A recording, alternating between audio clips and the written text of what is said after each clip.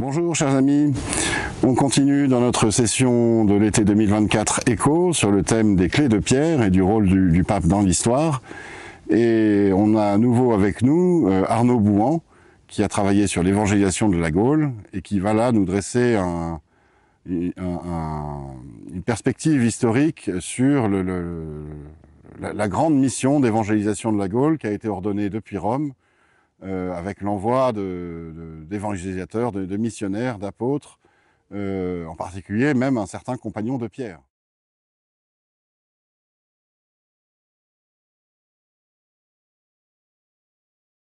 Et donc là, on va faire un petit coup de projecteur, mais un peu plus large que tout à l'heure sur la Bretagne, sur toute la Gaule. Et de la même manière que tout à l'heure, je vous donnais l'image du puzzle pour voir à quel point tout est interconnecté entre trois apôtres, Drénalus, Maximin, Saint-Clair. Et là, c'est une histoire qui est similaire, mais il n'y a pas trois apôtres. Il y a 30 apôtres principaux, plus leurs disciples. Donc à chaque fois, il y a diacre et sous-diacre. Ils arrivent à 3 en général, plus tous ceux qu'ils ont convertis.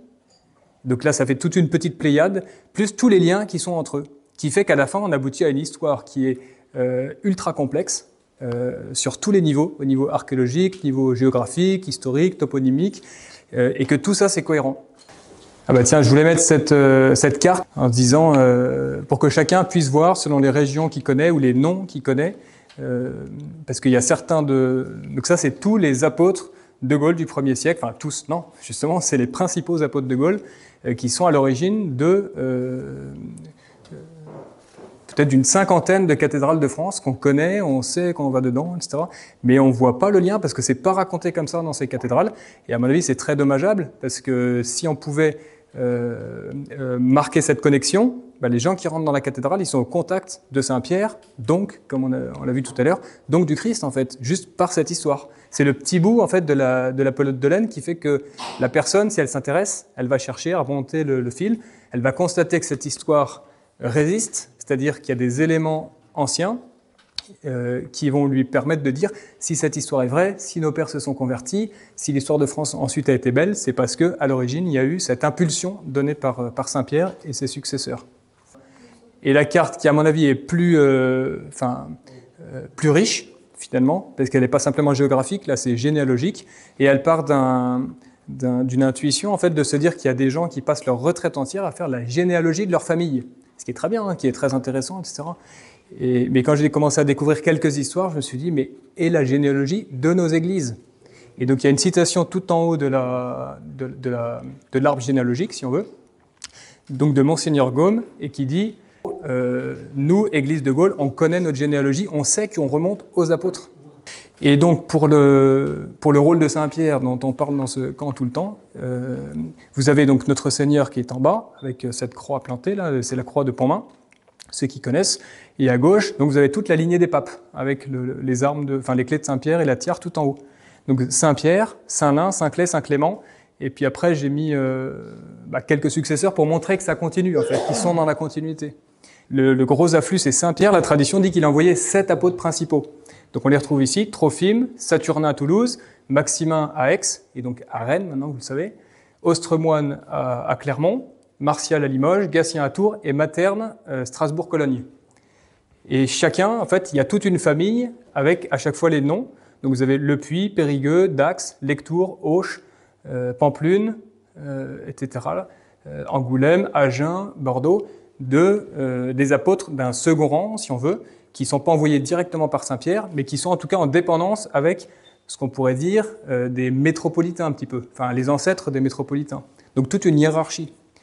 Et j'aimerais un jour pouvoir faire une carte interactive, c'est-à-dire qu'on vienne cliquer sur chacun de ces noms, ou de ces lieux, et qu'on ait tout le déroulé, les sources, les reliques, une vidéo qui présente, etc.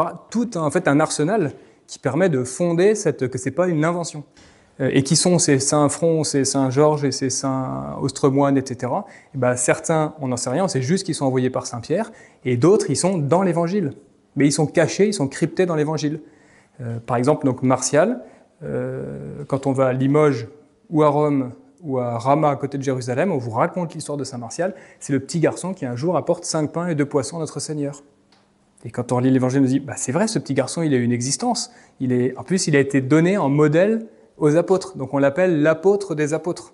De quelque part, il est supérieur aux apôtres. Certains auteurs disent ça. À cause de son humilité, pas à cause de sa juridiction ou à cause de... Et donc là, il y a de quoi faire pour chaque région de France, de retrouver l'histoire chrétienne du 1er siècle. Par exemple, la Normandie, vous l'avez ici, avec les disciples de Saint-Denis, donc Saint-Latuin de Sées, Saint-Nicaise de Rouen, Saint-Exupère de Bayeux, Saint-Thorin d'Évreux, Saint-Réniobert. Vous en avez 5 là, qui marchent ensemble, avec des histoires plus ou moins communes, chacun, il y en a. Et vous avez l'évangélisation de la Normandie. Après, vous avez l'Alsace et la Belgique et la Lorraine, c'est Saint-Materne. Et là, Strasbourg, Cologne, avec, vous voyez, en fait, les rectangles comme ça, ce sont les évêques. Les rectangles rouges, c'est les évêques qui sont martyrs. Donc, Materne, on sait qu'il est martyr. Et les petites pastilles, que vous verrez mieux sur le réel, c'est marqué 72 dessus. C'est-à-dire qu'ils font partie des 72 disciples. Et ils sont venus chez nous. Et après, vous avez les apparitions de la Vierge ou les consécrations de la Vierge Marie dès le 1er siècle. Donc Notre-Dame du Puy, dont on a parlé, Notre-Dame des Champs, c'est Saint-Denis, Notre-Dame de Bethléem, avec à chaque fois aussi tout un sanctuaire, une histoire qui est racontée sur place et qui paraît en fait pas crédible quand on n'a qu'un seul élément. Mais quand on commence à mettre tous les éléments ensemble, en fait, plus ça va et plus la conviction naît, grandit, s'étoffe, se corrobore. Et à la fin, on se dit, on a une histoire formidable du 1er siècle. Il y a aussi quelque chose qui manque encore dans cette carte, qui est en travail. En fait, elle n'est pas complètement aboutie, il y a des choses qu'il faut corriger. Mais c'est par exemple la conversion des Romains. L'importance, la portée, pour le coup symbolique, mais pas seulement réelle, par exemple, on parlait tout à l'heure, si je me souviens, de Léocade ou de Silanus, des grands Romains qui se sont convertis à la prédication de Saint Ursin ou de Saint Martial, qui ont fait basculer l'histoire, pas pour tout l'Empire, mais au moins pour une région particulière. Par exemple, Silanus, qui est le bourreau de Sainte Valérie. Sainte Valérie, c'était la première convertie de Saint Martial à Limoges, et qui a fondé, comme vous disiez tout à l'heure, une sorte de petit monastère avec quelques compagnes, qui était la fille de Sainte Suzanne, qui est considérée comme la duchesse d'Aquitaine de l'époque. Et cette duchesse Suzanne est mariée avec Léocade. Léocade va se convertir.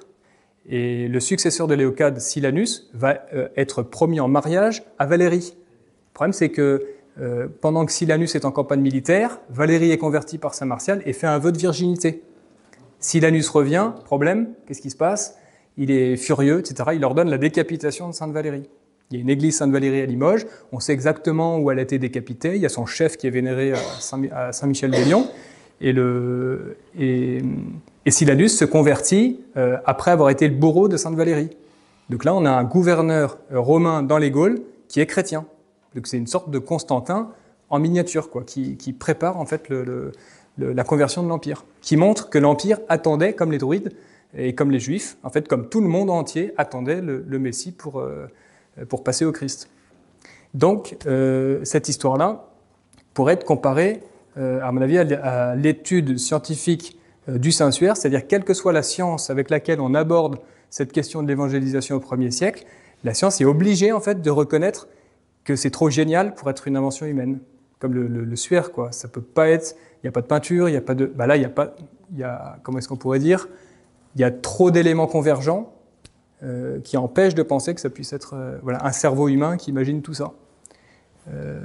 Et de l'autre côté, quand même, pour dire que c'est vrai que Saint-Pierre et ses successeurs ont l'impulsion majeure, mais de l'autre côté, vous avez quand même les apôtres qui complètent et qui montrent que tout ça, c'est quand même les 12 qui fondent l'Église du 1er siècle. Vous avez Saint Paul avec tous ses disciples, donc c'est sous mode mineur, mais il a quand même toute une influence. Donc à Vienne, à côté de Lyon, il y a son disciple Saint Crescent, qui se trouve dans les Épîtres de Saint Paul. Il y a Sergius Paulus. Sergius Paulus, c'est le premier noble romain que Saint Paul a converti, c'est pour ça qu'il s'est appelé Paul. Il s'appelait Saül et il convertit Sergius Paulus, ça correspond un petit peu à son passage aux païens. Sergius Paulus, premier évêque de Narbonne. Et puis là, on voit toute une église qui est liée à Paul. Après, il y a l'église de Lyon, évidemment, qui est connue comme liée à Jean. Mais vous voyez, l'église de Lyon avec Jean, c'est tout en haut, parce que les martyrs de Lyon, c'est 177. Et habituellement, quand on pose la question aux gens, parce qu'il faut poser la question, puisque Jésus fait comme ça dans l'Évangile, il dit, quand on dit, pour vous, à partir de quand, par qui et comment est venu l'Évangile pour la première fois en Gaule? Les gens, en général, souvent, ils disent, Saint-Martin.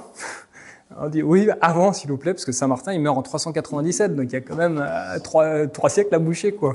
Et quand ils remontent, souvent, ils disent les martyrs de Lyon. Mais on est qu'en 177, donc on est 150 ans après la mort du Christ.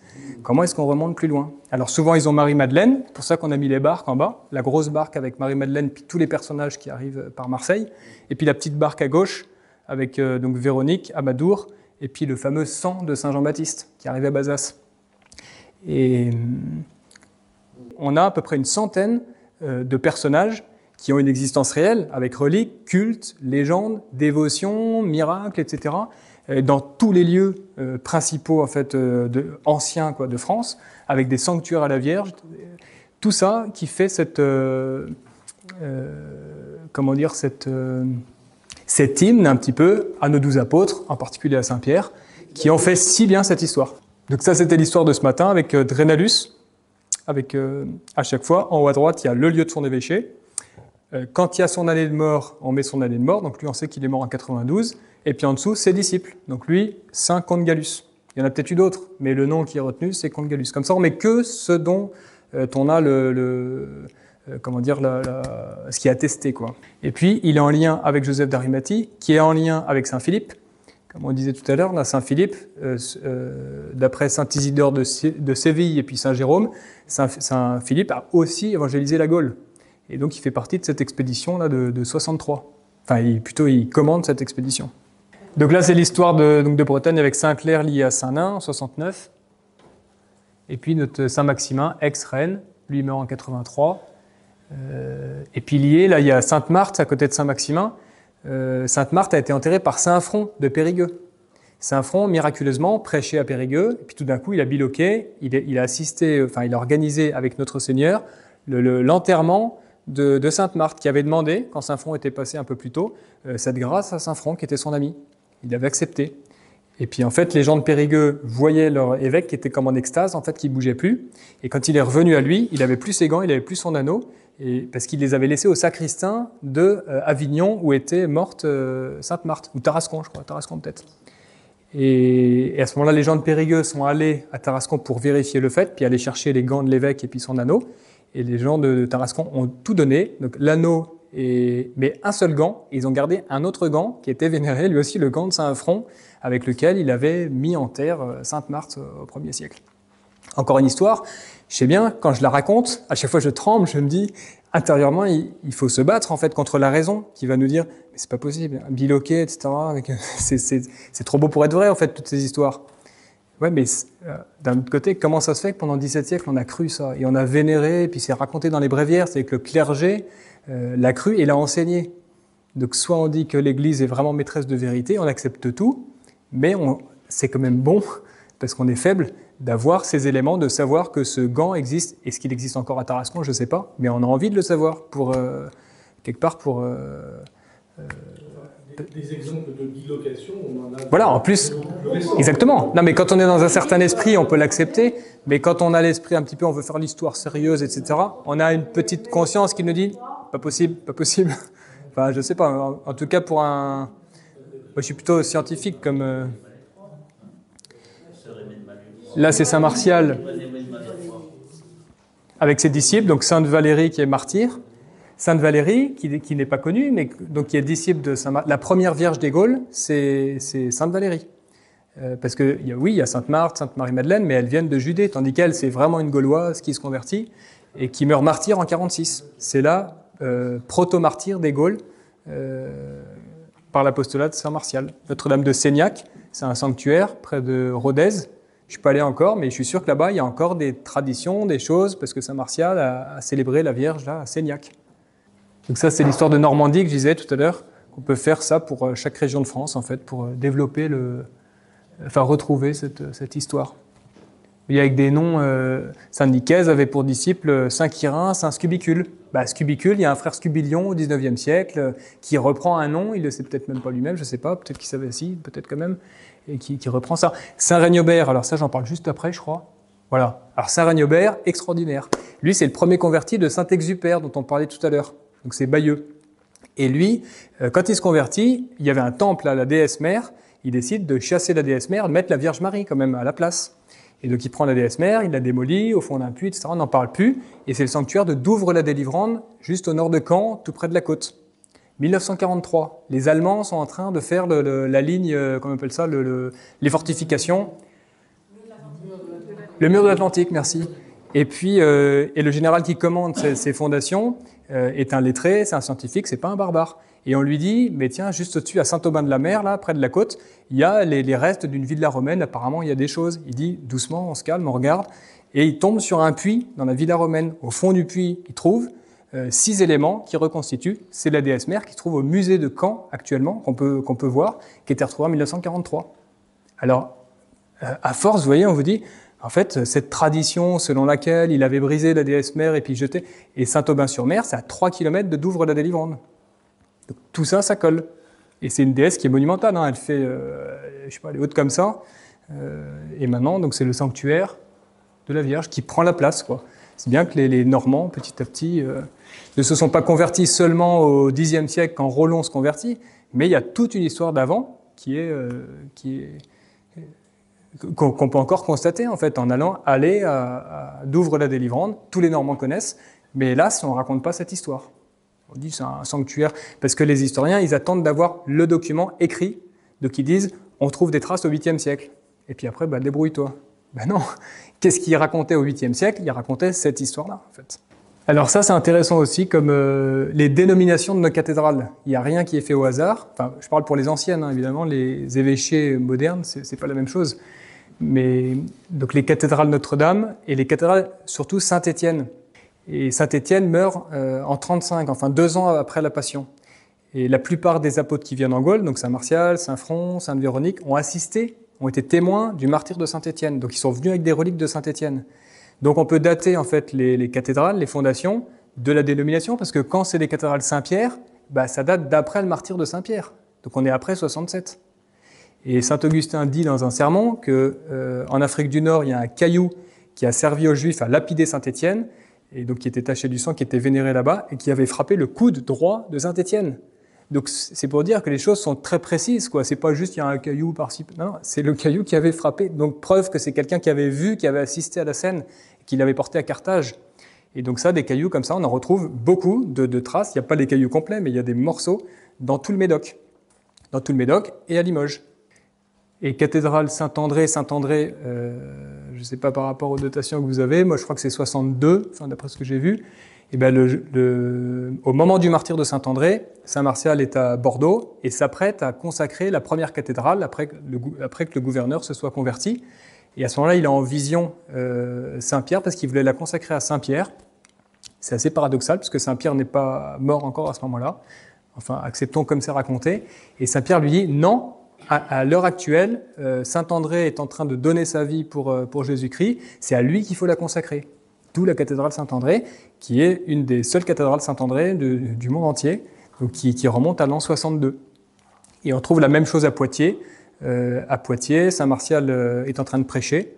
Et c'est au moment où Saint-Pierre, son cher maître, parce que Saint-Pierre et Saint-Martial, ils sont vraiment... c'est le disciple chéri du... C'est comme Saint-Jean pour notre Seigneur, quoi. Fils adoptif. Fils adoptif, selon certains écrits. Et Saint-Pierre, ou Notre Seigneur, je ne sais plus, enfin en tout cas, demande cette consécration de la cathédrale de Poitiers à Saint-Pierre. Et dans Saint-Pierre, vous avez le vitrail de la crucifixion de Saint-Pierre, la tête en bas, qui, à mon avis, a un souvenir, enfin un vestige de cette tradition qui va dans le sens.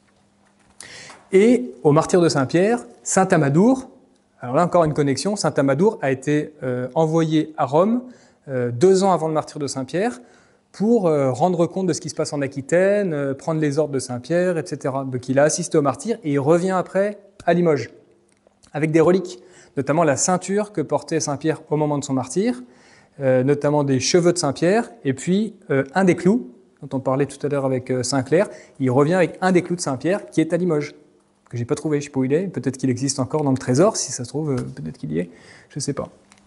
Donc toutes ces cathédrales Saint-Pierre qui viennent en second, mais comme vous voyez, on est plus au nord de toutes les premières qui sont vraiment le sud de la Gaule. Angoulême, Poitiers, Nantes, Beauvais, Rennes, Saint-Flour, Troyes, Vannes, Saintes, c'est la 2e évangélisation. La 2e vague. Donc ça, c'est l'exemple de Saint-Martial. comment dire, c'est toutes les traces iconographiques qui, à mon avis, comment dire, pour l'historien, quand il voit une trace, il dit quel siècle. Lui, ce qu'il cherche uniquement, c'est remonter le plus loin possible. Mais il me semble qu'à partir du moment où on a une bienveillance envers la tradition, c'est intéressant de savoir, par exemple, cette fresque qui est dans la chapelle du Palais des Papes d'Avignon, qui a été commandée par un pape. Donc, je sais bien, c'est au XVe siècle, donc pour un historien, ça n'a aucune valeur. Mais pour nous, ça veut dire qu'au XVe siècle, c'est la foi donc d'un pape et puis du peuple d'Avignon, donc du peuple de Gaule, donc de la chrétienté. Au-dessus, vous avez Notre Seigneur qui prêche, et vous avez trois personnages devant. Vous avez Pat, c'est Pater, c'est le père de Saint Martial. Au-dessus, vous avez Martial, c'est marqué. Et puis, à gauche de Saint Martial, une femme, c'est marqué Mater, c'est la mère de Saint Martial, qui écoute la prédication du Christ. Donc son père, il s'appelle Marcellus, sa femme, sa mère, elle s'appelle Élisabeth, avec le petit Martial, qui est de la tribu de Benjamin, comme Saint Pierre, comme Saint Paul, comme Saint Étienne. Il fait partie de la famille de Paul, Pierre et Étienne, notre petit Martial de Limoges. Donc là aussi, on est tout proche, vraiment des plus proches amis de Jésus, par Martial. Et en dessous, c'est le baptême de Saint Martial qui est en bas, qui est nu par Saint Pierre, avec ses parents qui sont derrière, puis son père qui lève le bras comme pour bénir son fils. Ça, c'est le fameux miracle de la multiplication des pains. On voit le petit garçon qui présente les 5 pains et les 2 poissons. Alors ça, c'est les bas-reliefs de Limoges. À Saint-Michel-des-Lions, vous avez la chasse de Saint-Martial, qui est monumentale, parce qu'il y a tous ces ossements encore. Et tous les 7 ans, donc c'était l'an dernier, mais j'y étais aux Ostensions en 2023. La prochaine fois, c'est en 2030. Notez ça dans vos agendas. Et en fait, tout crie la vérité de cette histoire dans cette abbatiale. Cette chasse, il y a 8 panneaux tout autour qui racontent toute cette vie. Les bas-reliefs, les vitraux, les anciens écrits des prêtres donc jusqu'au 19e siècle. Mais quand les pèlerins, y compris moi, on arrive devant la chasse, vous avez le chef de la confrérie ou quelqu'un, un dignitaire de la confrérie de Saint-Martial qui vous dit « Oui, d'un air très docte, c'est un évêque du IIIe siècle. » Non, les images derrière, regardez pas trop, c'est pas la peine, etc. Et qui vous fait une autre histoire de Saint-Martial. Mais à part dire que c'est un évêque du IIIe siècle, en fait, ils n'ont rien à dire. Parce que toutes les scènes qu'on va voir sont en lien avec l'histoire du 1er siècle, qui ne peut pas se comprendre si on n'accepte pas cette idée. Alors là, c'est une scène aussi un peu extraordinaire, c'est quand il donne en exemple, si vous ne redevenez pas comme ce petit enfant, c'est toujours Martial, et il pose la tête à ce moment-là, il pose la main sur la tête de Saint Martial. Et dans la symbolique et puis dans la théologie, l'imposition des mains, vous savez que c'est ça qui fait l'ordination, le sacre, la consécration, c'est très important. Donc certains disent même qu'il a été apôtre à ce moment-là, avant même les 12 apôtres. C'est pour vous dire quoi l'importance d'un de nos apôtres. Et quand le Christ pose sa main en fait sur son crâne, parce qu'on vénère en fait son chef, le chef de Saint Martial à Limoges, donc c'est un reliquaire qui est ouvert sur le dessus. Et les auteurs au XVIIe disent qu'on voit la trace de la main du Christ qui s'est imprimée sur le chef de Saint Martial. Et c'est vrai que le chef est brun, il est vraiment marron foncé, et au-dessus on a une trace, un petit peu comme le Saint-Suaire quand on a uniquement le positif avant d'avoir le négatif. C'est-à-dire que c'est pas, on voit pas les empreintes digitales si vous voulez de la main, mais on voit une trace lumineuse, claire, sur le crâne que tout le monde voit, mais on raconte pas cette histoire. C'est dommage. Alors qu'elle était racontée et écrite au XVIIe, XVIIIe, encore XIXe siècle. Ça, c'est une des scènes de la chasse de Saint Martial. Ça, c'est encore un bas-relief de l'autel qui entoure cette chasse. Donc, c'est Saint Martial donne l'hospitalité à Saint Paul, à Rome, dans son oratoire Sainte Marie Inviolata, que Saint Martial a fondé. Certains disent dans le palais, dans la villa gallo-romaine de son père, Marcellus, qui avait des possessions. Et quand Saint Paul arrive, et ça c'est le dernier verset des Actes des Apôtres, vous pouvez aller voir, c'est quand Saint Paul est prisonnier pendant 2 ans à Rome, vous savez, avec son geôlier, avec sa chaîne, etc. Et il est dit qu'il paye un loyer, pour loger dans une maison. Et ben quand vous mettez en relation ce verset des Actes et puis cette histoire de Saint Martial qui donne cette hospitalité, donc Saint Paul, Saint Luc, et où la tradition dit que Saint Luc a écrit les Actes des Apôtres dans ce lieu, et que Saint Paul a écrit ses lettres, ses épîtres dans ce lieu, et que la Vierge a été peinte par Saint Luc, etc. Ça donne une dimension aussi, on voit quasiment que Saint Martial est au-dessus de Saint Paul, quoi. C'est parce qu'il est passé avant, et il donne l'hospitalité à... Et Sainte Sabine, je crois qu'on fête aujourd'hui, je ne sais plus si Sabine est là ou pas, voilà, il me semble qu'elle est baptisée par Saint Paul, si je ne m'abuse, dans ce lieu. À vérifier, je m'avance peut-être là. Ça, c'est la guérison, donc, la résurrection d'Ostriclinien. Là, c'est le fameux moment où Saint-Pierre donne le bâton, donc donne la puissance apostolique à Saint Martial. Si c'était une invention, pourquoi on ne trouverait pas des histoires semblables avec tous les apôtres de Gaulle? C'est quand même formidable, un apôtre qui ressuscite, un de ses disciples, etc. Et ben on trouve ça, on trouve d'autres histoires comme ça, mais qui ne sont pas exactement copiées. De la même manière que je vous disais, dans un professeur, quand il y a deux copies exactement pareilles, il dit bah là il a copié, ça se voit parce que on voit que c'est. Et ben Saint-Front et Saint-Georges, Saint-Front a aussi ressuscité Saint-Georges. Mais Saint-Ursin, quand il arrive à Bourges, son disciple qui s'appelle Saint-Just, meurt à 3 km de Bourges. Ça s'appelle le village Saint-Just encore aujourd'hui, à 3 km. Mais il n'est pas ressuscité, lui. Qu'est-ce qu'on en conclut? Je veux dire, les gens de Bourges auraient quand même pu inventer une histoire un petit peu formidable comme les autres, quoi. Non, ils ne l'ont pas fait. Preuve que ce n'était pas automatique, et puis que quand c'est vrai, on le raconte, et quand c'est pas vrai, on ne le raconte pas. Là, c'est quand Saint Martial commence à prêcher à Limoges, qui va être pris à partie par les prêtres, flagellés, etc. Voilà. Battu de verge, on voit les prêtres des idoles à gauche, et puis Martial. Donc, qui n'est pas considéré comme, enfin, qui est considéré comme martyr, bien qu'il n'ait pas souffert le martyre. Et des auteurs ont remarqué que tous les personnages qui ont assisté à la Passion, aucun d'entre eux n'est mort martyr. Et on dit que Saint Martial a assisté à la Passion. Il était là, au pied de la croix, avec Véronique d'ailleurs. Amadour, je ne sais pas, mais on a au moins comme ça 2 apôtres de Gaulle qui étaient au pied de la croix. Alors donc on parlait de Sainte Valérie, la première vierge et martyre des Gaules. Là c'est le moment où elle apporte sa tête, comme Saint Denis à Paris, à Saint Martial, qui célébrait la messe à son intention dans l'oratoire Saint-Étienne, qui va devenir la cathédrale Saint-Étienne de Limoges. Quand on va à Limoges, il y a l'église, on passe le pont Saint-Martial, c'est-à-dire on traverse la Vienne, on tombe sur la petite église Sainte Valérie, qui commémore l'endroit où elle est morte martyre, c'est à l'extérieur de la ville, ça correspond aux us et coutumes romaines, etc. Et elle a traversé le pont, elle a porté sa tête. Et au moment où elle apporte sa tête, le sang a coulé et le sol s'est miraculeusement transformé en un marbre rouge qui était aussi gardé, vénéré comme tel, comme ayant été incrusté par le sang de Sainte Valérie. Donc ça, c'est l'église de Sainte Valérie. Tombeau de Sainte Valérie, voilà, dans la crypte. Aujourd'hui, c'est la place de la République, qui est toute vide et toute triste, vraiment. Mais autrefois, c'était l'abbaye Saint-Martial avec le cloître. Il y avait 3 églises, l'église Saint-Pierre du Sépulcre, l'église Basilique du Saint-Sauveur, etc. Et en dessous, c'est un gruyère, en fait. C'est comme les catacombes de Rome. Seulement, les archéologues ont eu permission de faire une petite partie de recherche, parce qu'ensuite, il fallait faire un parking souterrain rapidement pour le... Donc, il y a toute une partie qui n'a pas pu être faite. Mais ils sont tombés sur le tombeau de Sainte Valérie et sur non, on ne voit pas le reste, sur le tombeau de Saint Martial et de ses disciples. Donc des tombeaux vides. Après, on a levé les reliques, etc. Mais on a gardé les sarcophages au cœur de la ville de Limoges. Ça, c'est à Bordeaux. Alors, on va à Bordeaux et on retombe sur l'histoire de Saint Martial.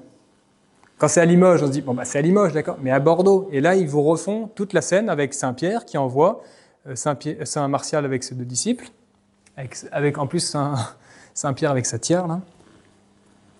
Et puis le fameux bâton, là, et puis sa clé. Donc en fait, à Bordeaux, il y a la cathédrale Saint-André, actuelle, mais au départ, et on trouve ça dans à peu près toutes les villes de Gaulle, au départ, les apôtres ne peuvent pas entrer au cœur de la ville, parce qu'il faut d'abord convertir le gouverneur. Donc, ils se mettent un petit peu à l'écart, on voit ça aussi pour Saint-Denis à Paris, et ils prennent un oratoire, et ils font un premier siège épiscopal provisoire, si on veut. Donc, c'est l'actuelle basilique Saint-Seurin, qui au départ est la cathédrale Saint-Étienne de Bordeaux. Et dans cette cathédrale, vous aviez un autel avec 12 bas-reliefs en ivoire, comme ça, et il y a toute la vie de Saint Martial, mais Saint Martial, apôtre de Bordeaux. Donc au début, c'est la vie de Saint Martial comme à Limoges, mais après, ils vont spécifier évidemment sur ce qu'il a fait à Bordeaux. C'est lui qui a fondé la cathédrale, il a converti Saint-Fort, il a baptisé Saint-Fort, le premier évêque de Bordeaux, toutes ces choses. Alors voilà, ça c'est ce qu'il a fait à Bordeaux. Donc on voit Saint Martial qui donne le bâton de Saint-Pierre. Qu'est-ce qu'il en a fait de son bâton après la Toscagne? Eh bien, il est venu jusqu'à Limoges et même jusqu'à Mortagne-sur-Gironde, donc de l'autre côté de la Gironde, avant de pouvoir traverser. Ça fait penser à Saint Paul qui passe la Macédoine, vous savez, pour passer en Macédoine, qui a la vision du Christ. Et là, il y a Sainte Bénédicte qui au départ est bénédicte, qui est convertie par Sainte Véronique. Sainte Véronique, elle n'est pas restée à Soulac juste à prier. Elle a commencé à rayonner et elle a cherché à convertir la femme du gouverneur qui avait persécuté Saint Front, qui était venu avant même Saint Martial et Sainte Véronique. Et Saint Front avait été châtié parce qu'il avait fait, il avait ordonné de châtier Saint Front puis de le chasser. Et donc il était paralytique dans son lit. Et quand il entend parler de cet homme qui fait des guérisons, qui chasse les démons, etc., il dit, mais est-ce que cet homme, il pourrait pas me guérir? Et Bénédicte, qui est déjà un petit peu converti, saisit l'occasion pour aller voir Saint Martial et se faire baptiser. Et Saint Martial, quand il apprend que son mari est malade, etc., lui donne le bâton de Saint-Pierre et Sainte Bénédicte repart. Et ça s'invente pas. Un bâton de Saint-Pierre d'un pape donné à une femme, imaginez, au Moyen-Âge. Il faut que ce soit vrai pour que ce soit raconté, parce que sinon, il y a quelque chose de choquant. C'est comme une femme qui a une crosse d'évêque, c'est pas possible. Pourtant, c'est ce qu'a fait Saint Martial, et c'est comme ça que son mari Sigebert, qui est devenu non, qui est pas devenu, mais qui a été guéri à ce moment-là, a reçu le baptême, et donc les chrétiens ont pu rentrer dans le cœur de Bordeaux et faire la cathédrale ensuite Saint-André, quand il va se convertir, et puis Là, c'est le baptême, on voit, de Sigebert, là. On voit, il a la même couronne, etc. C'est assez touchant avec vraiment l'eau qui descend sur eux. C'est pareil, c'est toujours les scènes de la basilique Saint-Seurin de Bordeaux. Donc c'est bien dans la basilique. Oui, oui, oui. Et je ne l'ai pas mis d'ailleurs de l'autre côté, mais il y a d'un côté, il y a ces bas-reliefs, enfin ces tableaux, quoi, ces albâtres, et de l'autre côté, il y a une cathèdre.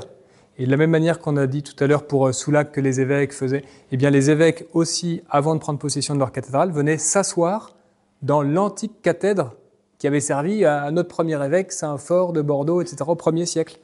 Et donc il y a une cathèdre qui servait uniquement pour ça, et qui est magnifique. Je n'ai pas mis la photo, mais c'est une dentelle de pierre, et on voit deux anges avec une mitre au-dessus. On voit que c'est vraiment, tout est fait pour préparer le nouvel évêque de Bordeaux. Alors là, c'est une histoire aussi que je tremble en la racontant tellement c'est extraordinaire. Au milieu, c'est Notre Seigneur. Et tout autour, vous avez 7 évêques. Donc il y a Saint Front, Saint Saturnin, Saint Martial, Saint Maximin, Sergius Paulus, et puis 2 autres, peut-être Saint Georges, je me souviens plus des 2 autres. Bref, qui a fait 2 consécrations miraculeuses. Un, le cimetière d'Arles, qui est très connu, des Champs-Élysées ou des Aliscamps à Arles, avec un sanctuaire au centre. Et qui, en fait, les évêques, par humilité, personne ne voulait être l'évêque principal. Et donc notre Seigneur est apparu et a fait la consécration. Et on trouve ça à Arles et à Bordeaux. Et ça, c'est aussi un vitrail de la basilique Saint-Bordeaux, de Saint-Seurin de Bordeaux, qui raconte cette chose. Mais évidemment, le vitrail est récent. Mais il témoigne qu'au 19e, on croit encore à cette histoire. Donc ça, c'est en bas, il y a une crypte sous Saint-Seurin. Et ça, c'est le tombeau de Sainte Véronique, parce que Sainte Véronique est morte à Soulac, mais quand les Normands commencent à arriver sur les côtes, on récupère tous les corps qui sont sur les côtes, on les met en lieu sûr. C'est à ce moment-là, donc en 900, au Xe siècle, qu'on va prendre le tombeau de Sainte Véronique et le mettre ici. Mais à Soulac, on a toujours l'emplacement, c'est ici que Sainte Véronique, pendant 10 siècles, un petit peu comme à Réginy pour Saint-Clair. On a gardé cet emplacement. Et on n'a pas mis des fausses reliques à la place. Non, on a vénéré le tombeau vide de Sainte Véronique de Soulac. Il y a marqué, et au-dessus, toujours dans cette basilique, vous avez les reliques de Sainte Véronique avec la statue, on voit que c'est bien l'héroïne du Calvaire. Il y a une chapelle avec les reliques, il y a Saint-Fort, Sainte Bénédicte et Sainte Véronique dans la même chapelle, à gauche, là, sur Alors là, on passe à Bazas, ça tombe bien, aujourd'hui c'est la fête de la décollation de Saint-Jean-Baptiste, et à Bazas, vous rentrez, et dans le cœur de l'ancienne cathédrale, mais qui a gardé son titre, parce qu'elle a perdu son titre de cathédrale après la Révolution, au moment du Concordat. Mais vous avez les anciennes armes de la ville à gauche, avec la décapitation de Saint Jean-Baptiste, et à droite, avec le fameux vase, et puis la tête de Saint Jean-Baptiste. Donc qui montre qu'en fait, toute la gloire de Bazas, et puis Bazas, c'est aussi un jeu de mots quelque part, un petit peu comme Pierre, pour tuer Pierre sur cette pierre. Bazas, c'est le baptiste du Sauveur. Bazas, Baptista Salvatoris. Mais c'est aussi un nom romain ancien. C'était la cité des Vasates. Mais pourquoi c'est devenu Bazas ? C'est l'abréviation de Jean-Baptiste, le baptiste du Sauveur. Ça, c'est le tombeau de Saint-Fort. Saint-Fort, c'est le premier évêque de Bordeaux. Donc lui, il est converti par Saint Martial. Et il va être très vénéré, à la suite des siècles. Là, vous avez tous les vitraux, pareil, qui racontent la vie de Saint Martial, tout en haut le petit garçon. En dessous, qui verse l'eau. On sait que c'est pour ça que je l'appelle dans la chanson le grand échanson. Un petit peu pour. Mais c'est lui qui versait l'eau au moment de la Sainte Seine. Et celui qui faisait la lecture, c'est Saint Ursin. Saint Ursin, si vous vous souvenez, dans la Bible, on dit qu'il connaissait très bien les Écritures. Donc, c'était le lecteur au moment de la scène. Enfin, donc, et il se trouve que c'était voilà, la tradition de. Et puis en dessous, Sainte Bénédicte, qui a arrêté un incendie aussi avec ce bâton de Saint-Pierre et qui a calmé une tempête. Sainte Bénédicte, vénérée à Bordeaux. Alors là, c'est tous les saints. J'ai bien aimé ce vitrail parce que ça donne un peu l'image du puzzle avec la Vierge au centre. Vous avez Saint-Phore, premier évêque de Bordeaux, Sainte Véronique, Sainte Bénédicte, Saint-Étienne et puis Saint Martial. Et à chaque fois, vous avez cette connexion, en fait, selon les histoires, les lieux, les temps qui correspondent. Là, c'est Sainte Véronique au centre, et puis toute son histoire, parce qu'il y a une histoire de Sainte Véronique qui est peu connue, mais qui est racontée là. On la voit tout en haut, c'est l'hémorroïs qui touche la frange du manteau de Jésus. Et à droite, c'est l'empereur Tibère. L'empereur Tibère, 1437, qui est malade, qui est lépreux à la fin de sa vie. À peu près en l'an 35, 36, on ne sait pas exactement. Et qui entend parler de cet homme qui guérit les malades en Judée, qui envoie un de ses officiers, qui est représenté un peu en pèlerin, là, qui descend et qui va apprendre que non, mais il est monté au ciel, maintenant c'est terminé, c'est trop tard. Mais il tombe sur Sainte Véronique, qui fait partie qui a un statut, on dit qu'elle est très proche d'une amie de Claudia, la femme de Ponce Pilate, donc qui est dans les hautes instances du pouvoir, et qui a cette sainte face dont on dit qu'elle fait des miracles en Judée. Donc l'officier prend Sainte Véronique, qui trouve l'occasion trop belle, pour arriver devant l'empereur Tibère, c'est en bas, et au moment où elle déploie la sainte face, l'empereur Tibère, instantanément, est guéri, et se convertit. On a un empereur romain, Tibère, selon la tradition, qui est chrétien, et qui va demander au Sénat romain d'ériger une statue en l'honneur de notre Seigneur. Les sénateurs ne seront pas d'accord, etc., puis il meurt quelques années plus tard. Mais on a l'ébauche de la conversion de Constantin. La cathèdre dont je vous parlais, là, en fait, je l'ai mise à Saint-Seurin avec les deux anges qui descendent la mitre au-dessus. Et donc cet évêque qui venait s'asseoir la veille où il prenait sa chaire à la cathédrale. Alors ça, quand on fait la liste des historiens de Saint-Martial dans le Moyen-Âge, quand on remonte vraiment au tout départ, eh bien, l'homme qui reçoit une plume et puis un livre par le pape, eh bien, c'est le disciple, enfin c'est le converti de Saint-Martial, c'est Saint Aurélien. La première vie de Saint-Martial qui raconte toutes ces histoires, c'est Saint Aurélien, un des prêtres idolâtres, qui a d'abord reçu la foudre, et lui aussi, sur son crâne, on voit la trace de la foudre sur son crâne. Il a été ressuscité, lui également, par Saint-Martial. Et alors évidemment, je sais bien que maintenant, quand on raconte ça, tous les historiens ne peuvent pas croire une telle histoire. Et pourquoi pas? On a bien des évangélistes qui racontent la vie de Jésus, c'est tout à fait croyable, tout le monde le reconnaît. Pourquoi est-ce que Saint Martial, qui est quand même le premier qui apporte la foi, n'aurait pas demandé, ou un pape qui demande, comme c'est mentionné ici, de raconter la vie du premier apôtre, comme n'importe qui ferait? Et ça, c'est la chasse de Saint-Aurélien. Il y a une petite chapelle Saint-Aurélien à Limoges, à côté de la basilique Saint-Michel-des-Lions, où il y a toutes les reliques de Saint-Aurélien, avec une confrérie Saint-Aurélien qui garde toutes ces traditions, enfin qui garde. Le problème, c'est qu'ils ont accepté cette idée que tout ça, c'est du IIIe siècle. Donc, comment comprendre toutes ces histoires? À mon avis, c'est pas possible.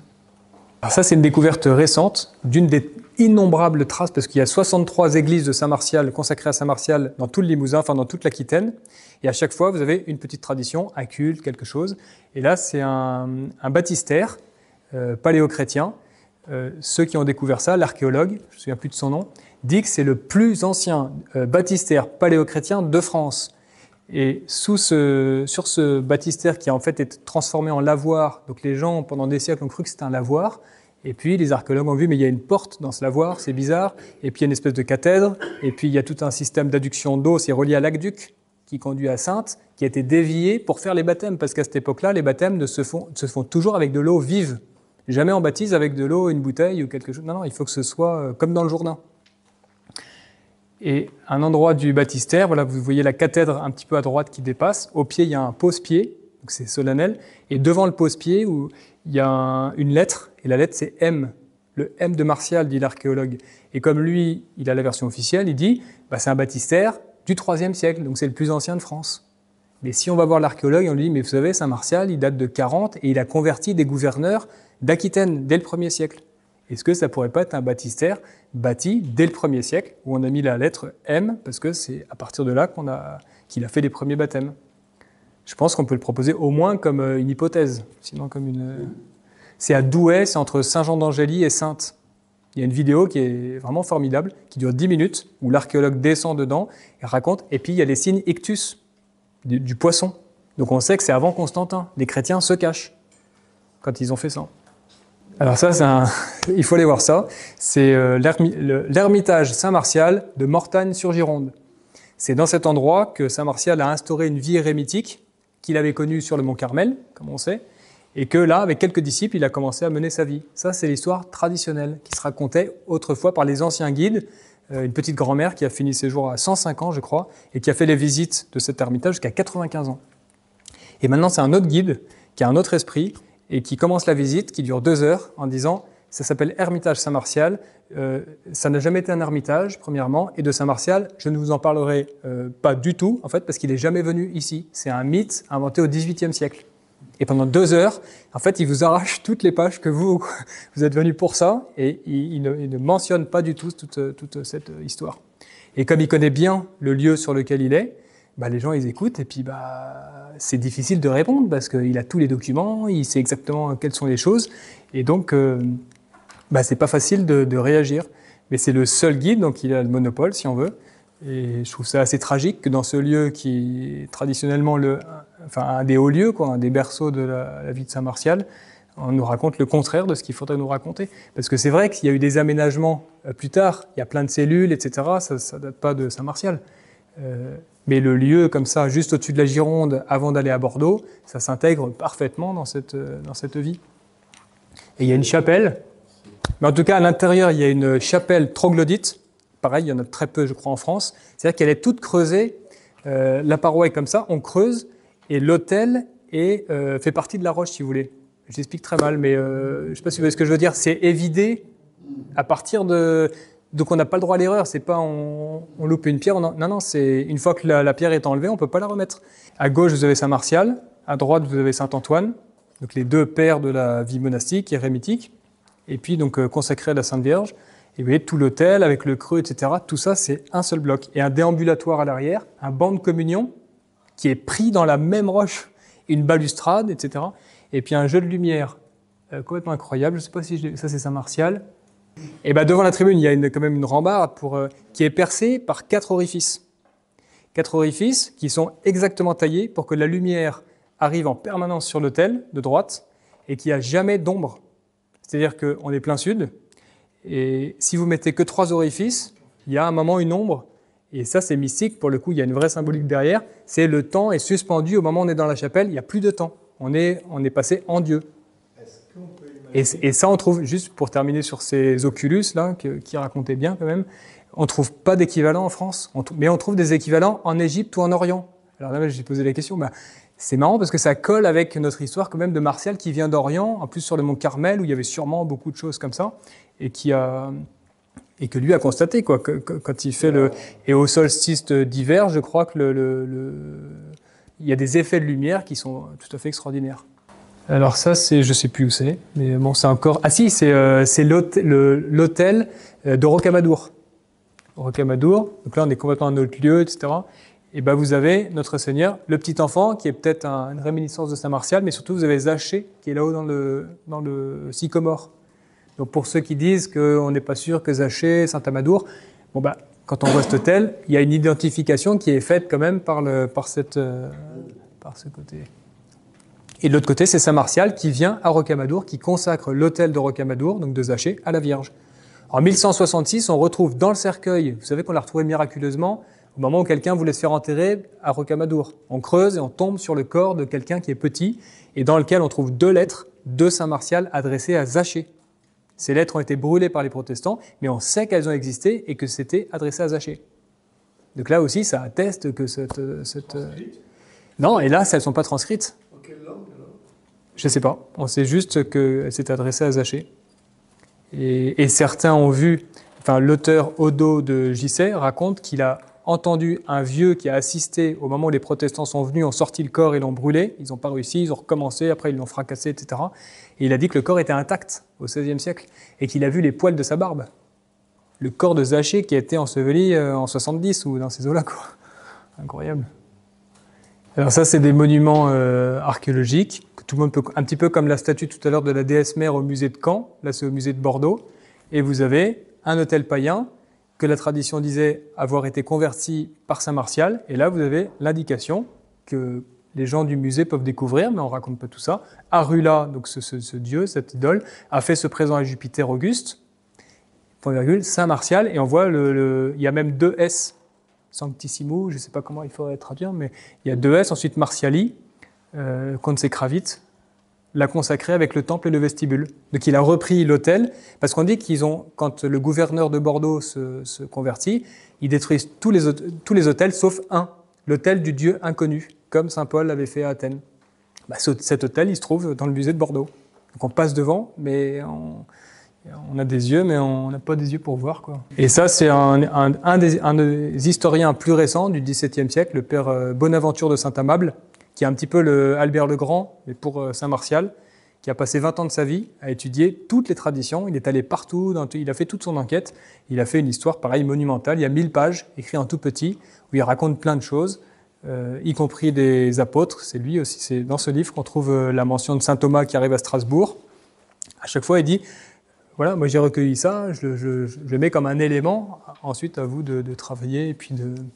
Et puis on voit que c'est déjà polémique, histoire de Saint Martial, défense de l'apostolat de Saint Martial et autres apôtres de notre France contre les critiques du temps. Et on est en plein XVIIe siècle. Donc les historiens qui commençaient à dire qu'il y avait 3 Saint-Denis, 2 Marie-Madeleine, du IIIe siècle, etc. Voilà, alors ça, on trouve ça à Venise, ce tableau, tout à fait extraordinaire. Vous avez Saint-Pierre, Saint-Paul en bas, et Saint-Martial, qui est vraiment le patriarche, quoi, dans une vision... Et on est à Venise, pourtant, on n'est pas à Limoges, quoi, donc c'est à Venise. L'église, je ne sais plus si c'est l'église de Saint-Martial, et puis il y a des anges qui portent sa mitre et puis sa crosse. C'est quand même impressionnant. Pour terminer, qu'est-ce que je peux... Ah, oui, j'ai une parole de l'Évangile pour finir. C'est quand il dit « S'ils se taisent, les pierres crieront », quand il dit ça. Et moi, j'appliquerais bien ça aujourd'hui à nos historiens qui nous disent que tout ça, c'est de la légende. Mais s'ils se taisent, ces historiens, les pierres, c'est-à-dire il suffit d'aller sur place, de faire notre pèlerinage, et en fait, juste en ayant un petit peu l'histoire générale et en trouvant tous ces éléments, les pierres, les vitraux, les bas-reliefs, les reliques, etc., crieront la vérité de cette histoire. Et en réponse aux historiens, dire ok, on accepte que ça puisse être une légende, prenons l'hypothèse que c'est une légende inventée par un moine quelque part, ce type est quand même génial pour avoir déposé autant d'éléments, vous avez vu, dans tous ces lieux, etc., qui correspondent à tous les siècles différents. Donc c'est un homme en plus qui vit sur 1000 ans, mettons. En fait, cet homme génial, c'est le Saint-Esprit, quoi, qui a pu faire cette histoire vraie. Et pour ça, je pense que plus on poussera quelque part la science dans le sens de la foi, c'est là où on en parlait tout à l'heure avec le Père, comment faire cette histoire sans la foi? À mon avis, c'est pas possible, parce qu'on va lire un bon écrivain, après on va lire un qui doute sur un point, après un autre qui doute sur un point, et on va être comme un roseau, en fait, à écouter à chaque fois le dernier qui parle. Tandis que si on a la foi, on dit... Mais ces chrétiens, nos pères, n'étaient pas plus bêtes que nous. Donc s'ils ont cru cette histoire, autant commencer par la croire avec bienveillance. Et après, on cherche. Après, bien sûr, la science va travailler, mais elle a déjà fixé son but. Comme dit saint Augustin, la foi, c'est comme une flèche, je crois, il dit. La flèche atteint le but, et après, l'intelligence a une direction. C'est-à-dire que sinon, on ne sait pas qui croire, on ne sait pas par où commencer. Enfin, on est... Et c'est le problème de notre, à mon avis, de notre formation actuelle, quoi, qui donne qu'on est des chrétiens sans racines, finalement. Si on ne sait pas cette histoire ou les autres, chacun pour sa région, on perd ce point de connexion. Voilà, excusez-moi, c'est peut-être un petit peu long. Je ne sais pas s'il y a des questions. Merci bien.